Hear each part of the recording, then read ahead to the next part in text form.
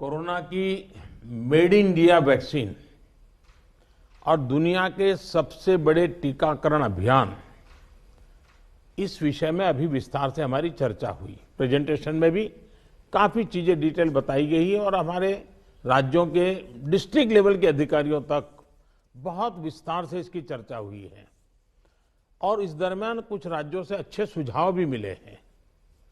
केंद्र और राज्यों के बीच इस संवाद और सहयोग ने कोरोना से लड़ाई में बहुत बड़ी भूमिका निभाई है। एक प्रकार से फेडरलिज्म का उत्तम उदाहरण इस सारी लड़ाई में हम लोगों ने प्रस्तुत किया है।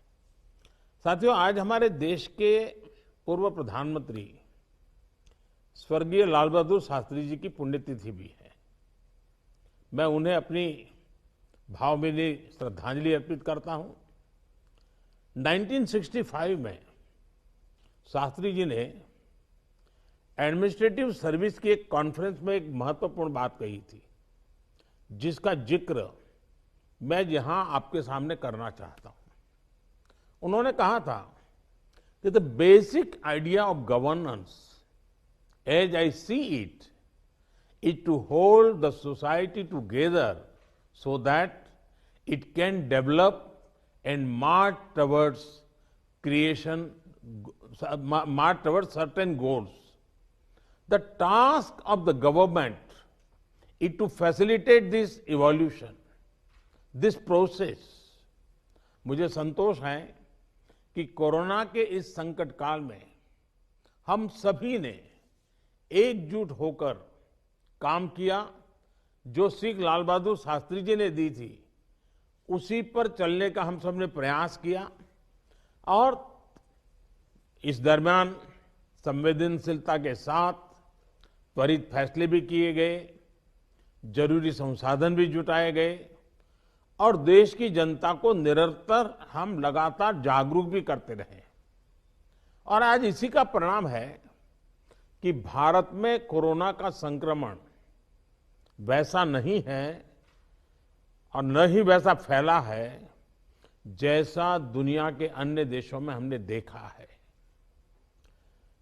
जितनी घबराहट और चिंता 7-8 महीने पहले देशवासियों में थी, अब लोग उससे बाहर निकल चुके हैं।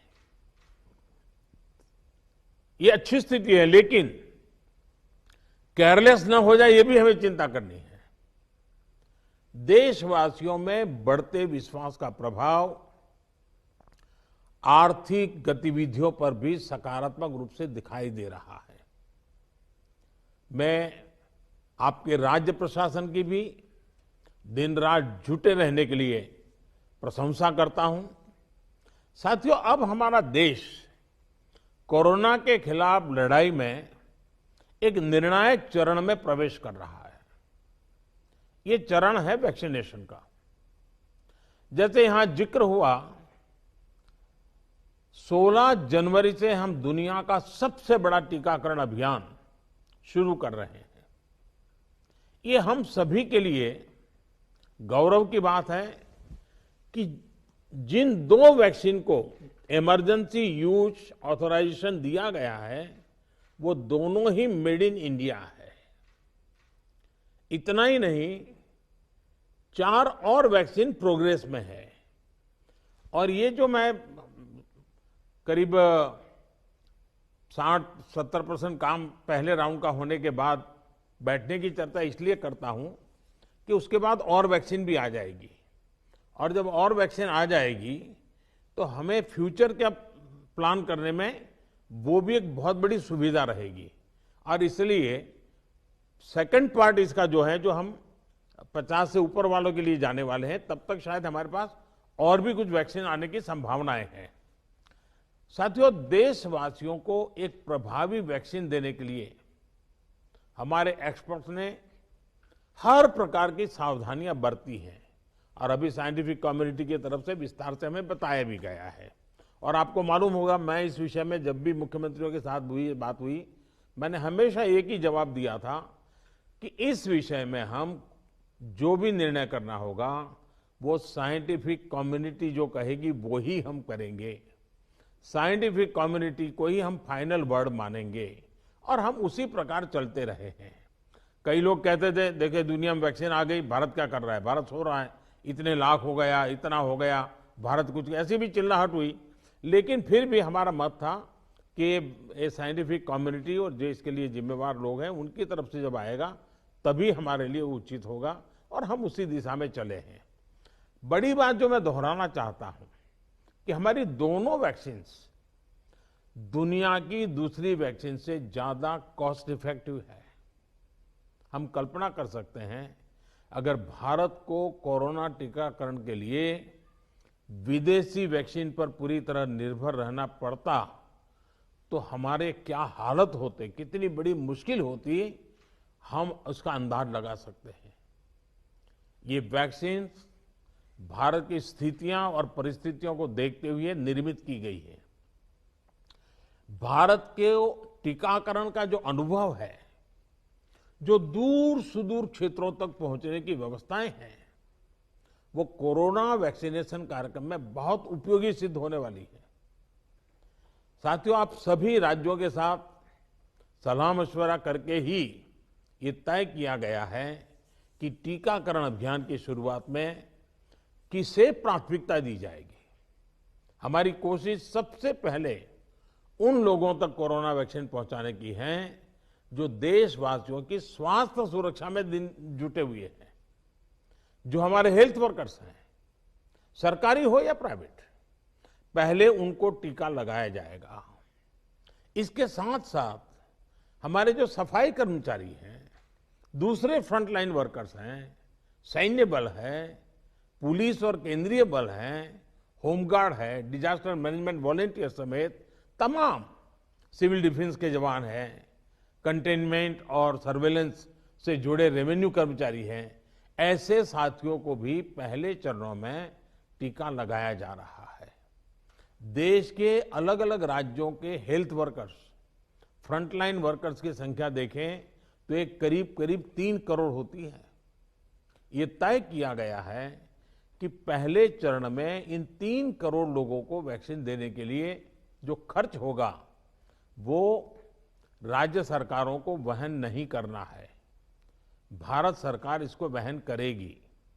साथियों, वैक्सीनेशन के दूसरे चरण में, वैसे एक प्रकार से वो तीसरा चरण हो जाएगा, लेकिन हम अगर इन 3 करोड़ को एक माने तो दूसरा चरण 50 वर्ष से ऊपर के सभी लोगों को और 50 वर्ष से नीचे के उन बीमार लोगों को जिनको संक्रमण का सबसे ज्यादा खतरा है, उनको टीका लगाया जाएगा।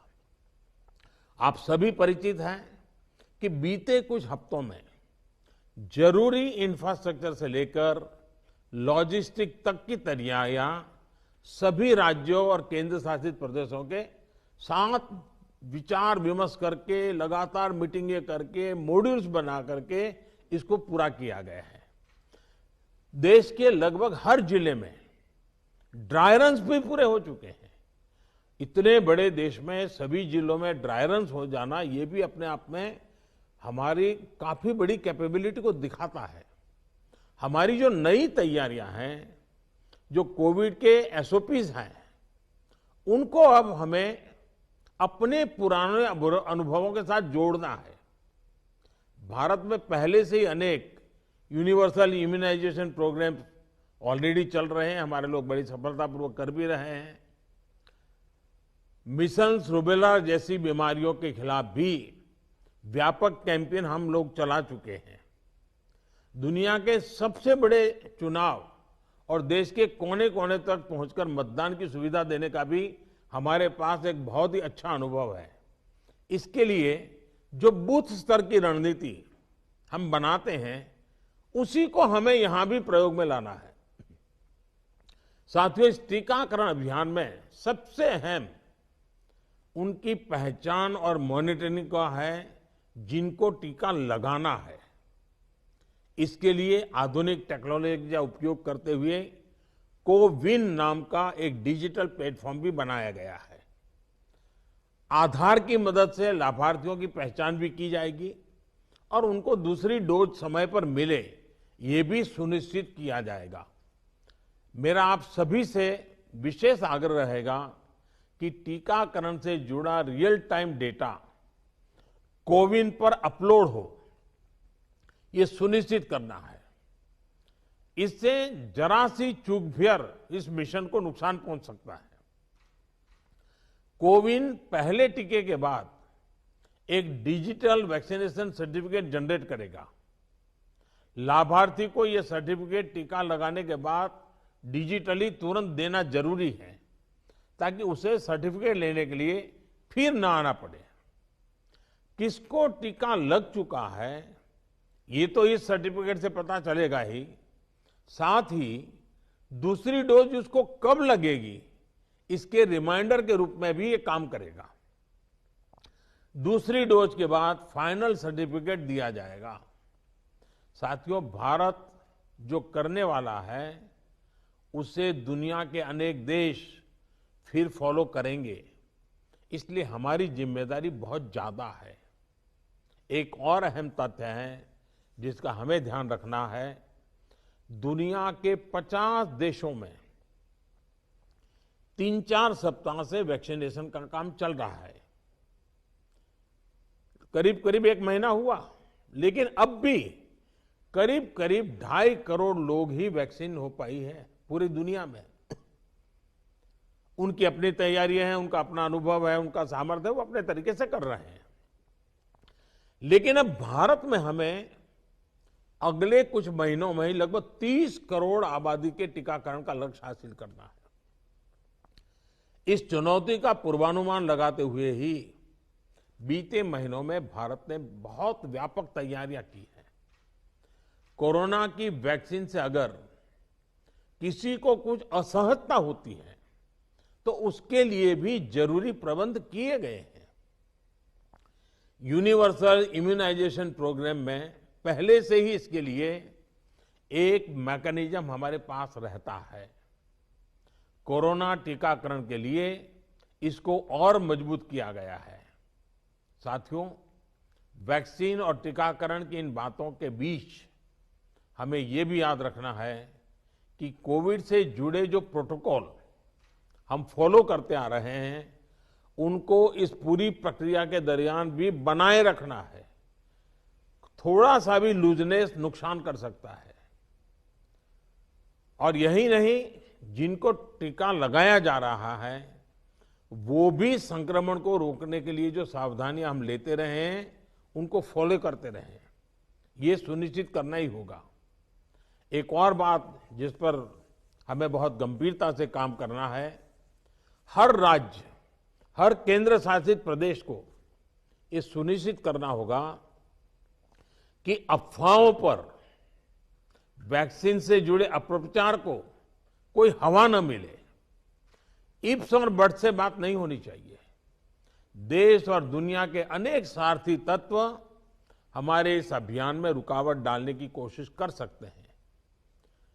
कॉरपोरेट कंपटीशन भी इसमें आ सकती है, कंट्री का प्राइड के नाम से भी आ सकता है, बहुत सी चीजें हो सकती हैं। ऐसी हर कोशिश को देश के हर नागरिक तक सही जानकारी पहुंचाकर हमें नाकाम करना है। इसके लिए हमें धार्मिक और सामाजिक संस्थाओं, एनवाईके हो, एनएसएस हो, सेल्फ हेल्प ग्रुप्स हो, प्रोफेशनल बॉडीज हो, रोटरी, लायंस क्लब जैसे संस्थाएं हो, रेड क्रॉस जैसी संस्थाएं हो, इन सबको हमने साथ जोड़ना है। जो हमारी रूटीन स्वास्थ्य सेवा है, जो दूसरे टीकाकरण अभियान, वो भी ठीक से चलते रहें, इसका भी हमने ध्यान रखना है। क्योंकि हमें मालूम है कि हम 16 को शुरू कर रहे हैं, लेकिन हमारी 17 को एक रूटीन वैक्सीन का भी डेट है। तो इसलिए हमारा जो रूटीन वैक्सीन का काम चलता है वो भी कहीं डैमेज नहीं होना चाहिए।